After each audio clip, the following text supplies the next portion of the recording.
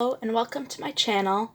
I'm Natalie and this is All Things Natalie, where I talk about fragrance, beauty, skincare, and more. Today I've got a perfume haul, relatively affordable, got a bunch of samples, some full bottles, so let's get into this. The first thing I've got is Katy Perry Indivisible. This one smells like tropical scented erasers. It's got passion, actually I don't think it has passion fruit, but it smells like it has passion fruit. Coconut, it has that, and rum. As I said, this smells like tropical scented eraser, and I do think it's a nice scent, and it doesn't really resemble the original Indie like at all. It doesn't perform very well. It doesn't last super long, so I don't know if I would end up keeping this, but it is a nice scent. You know, you get a lot of bang for your buck. I think this is like $15 or less for a 50 ml, aka 1.7 fluid ounce. And so the next perfume is also from Katy Perry, and this is Indie. This is the 1 ounce bottle. This is also not for me. This one I like even less than Indivisible, which I do like that one. This one opens up with a sharp alcohol. It's like rubbing alcohol, and then it dries down and it's quite woody. You know, it has that sandalwood, but it's super subtle, which could be a good thing if you aren't a fan, but it doesn't last super long. It's very subtle, and it's that dry sandalwood. It's not really creamy. People were saying it was creamy, but I did not get that from it, which was a disappointment. So I think I'll stick with Sunny Side Up from Juliet Has a Gun. The next perfume is a travel spray, and this is Neroli and Petitgrain. This is the extrait version. There's an eau de parfum of this, but this is supposed to be sweeter, apparently. This is what the bottle looks like. Nice packaging. I remember when they used to have these in Kohl's before they switched over to Sephora.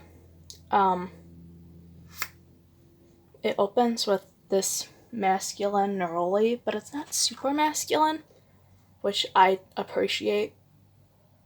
And it dries down sweeter with like this orange blossom, but it's not the kind of orange blossom that is like when we were young. My sister had a dwarf orange tree, and when it blossomed, it smelled so good.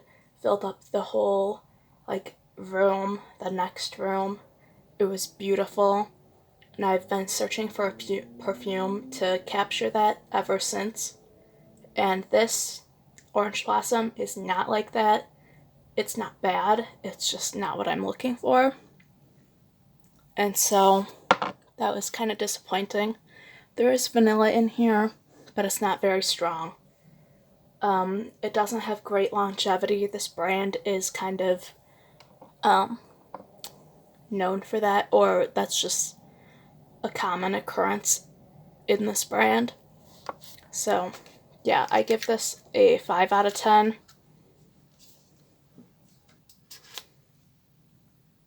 And now I have some samples. The first I'm going to show you is Classique Eau de Toilette from Jean Paul Gaultier. This is what the bottle looks like. It's that woman's bust mannequin, and this has orange blossom, ginger, and vanilla. So this as lovely as orange blossom, ginger, and vanilla sounds, smells quite urine-like, and I do get that ginger. It is that vintagey orange blossom. This is from the 90s, and there is the eau de parfum version, which came out I think, before this, and I do not enjoy this. It's got decent lasting power. It's an eau de toilette.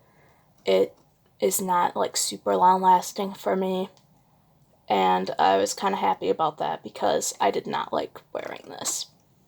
And so I give this a 3 out of a 10. Next sample is also a mist, and this is Clean Reserve Terra Woods. And this is supposed to be floral woody with notes of like coconut milk, tonka bean, textured woods, and Madagascar vanilla. And I heard this is supposed to be like a good sandalwood scent. And sometimes sandalwood turns dilly. Some people think they smell dill or pickles. And I kind of get that with this. Except I think it smells more like cucumber melon, but like slightly less fruity. There is that scent from Bath & Body Works. I don't know if they still have it, but it's cucumber melon. It smells pretty nice. This is like slightly more masculine and less fruity.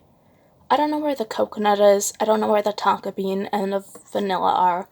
All I get is this weird woody cucumber thing. Yeah. This is not for me. But it was pretty affordable, and I heard good things. But, oh well.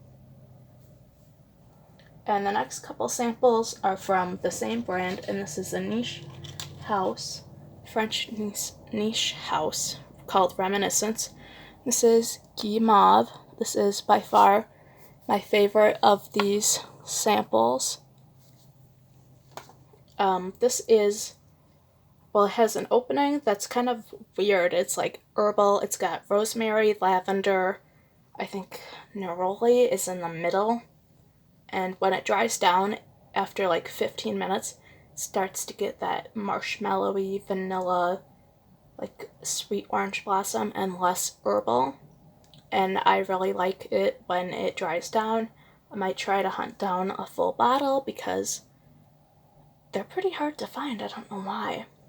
So I give this a 7 out of 10. And it lasts pretty well, but doesn't project very well, unfortunately. And the next scent is Heliotrope. This one I like less than Guimauve. This is a bitter green almond. Again, it has that kind of like herbally scent. People say it's supposed to smell like marzipan, and I don't think it really does. When it dries down, it gets more like almonds covered in confectioner's sugar, and I say confectioner's sugar because they mix that powdered sugar with cornstarch and they create confectioner's sugar. The cornstarch is added so that it doesn't cake, and so it gives it like this slightly weirder taste, which bugs me. I don't think it bugs a lot of people. In fact, usually powdered sugar and confectioner's sugar are interchanged. Sometimes they're even on like the same package, which irritates me. So one day I'm probably gonna have to get a mortar and pestle and grind up my own sugar. So this is not a win for me. I give this a 5 out of 10. The next scent is not a win either. This is Rem Escal à Saint Barth, and this is opening up sweet with like coconut. And then as it dries down, it gets to be this masculine seawater scent. And I don't like that. So I don't want to keep this. Yeah, it gets a 3 out of a 10. And the last sample from Reminiscence, the last item I have, is Rem by Reminiscence. This has the same vibe as the last one, where it is that masculine seawater, except the previous one had like that sweet coconut opening. This one smells more urine-y. I don't like this. I give this a... Actually, the other one I probably would give a 4 out of 10. This one gets a 3 out of a 10. Anyway, thank you for watching this video. That was my haul. I hope you enjoyed it. I hope you have a good day. Bye.